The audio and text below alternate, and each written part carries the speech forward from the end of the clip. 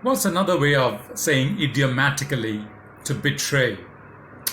We saw throw someone under the bus in one of the earlier videos. Today we're going to look at one more idiom, and there's a third idiom we'll look at next.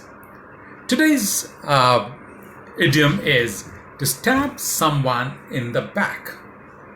So don't trust him. He's known to stab his friends in the back. The film industry is so competitive, the people who profess to be your friends will be the first one to stab you in the back. You know what happened to Sushant Singh Rajput, right?